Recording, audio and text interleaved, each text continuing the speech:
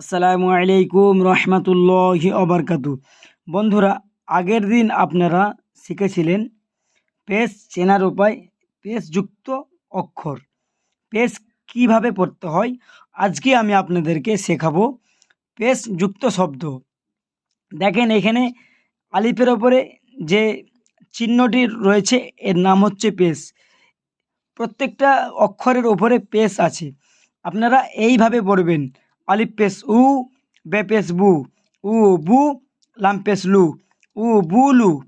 আরেকটি পড়া যায় এইভাবে: আলিফ পেশ উ, বে পেশ বু, লাম পেশ লু, উ বু লু।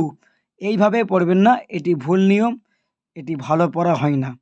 আমি যেমন পড়ছি সেইভাবে পড়বেন: মিম পেশ মু, রে পেশ রু, মু রু, দাল পেশ দু, মু রু দু, জিম পেশ জু, রে পেশ রু, জু রু, ফে পেশ ফু, জু রু ফু, সিন পেশ সু, রে পেশ রু, সু রু, ফে পেশ ফু, সু রু ফু, শিন পেশ সু, খে পেশ খু, সু খু, জাল পেশ জু, সু খু জু, ফে পেশ ফু, লাম পেশ লু, ফু লু, মিম পেশ মু, ফু লু মু, মিম পেশ মু, রে পেশ রু, মু রু, দত পেশ দু, মু রু দু, জে পেশ জু, রে পেশ রু, জু রু, ফে পেশ ফু, জু রু ফু, রে পেশ রু, তে পেশ তু, রু তু, সে পেশ ফু, রু তু ফু।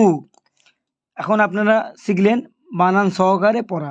এখন আমি আপনাদের নিকটে পড়ব উচ্চারণ, ডাইরেক্ট উচ্চারণ, রিডিং: উ বুলু, মু রুদু, জু রুফু, সু রুফু, সু খুদু, ফু লুমু, মু রুদু, জু রুফু, রু তুসু। মাশাআল্লাহ, আপনারা তাহলে এখন শিখলেন পেশযুক্ত শব্দ।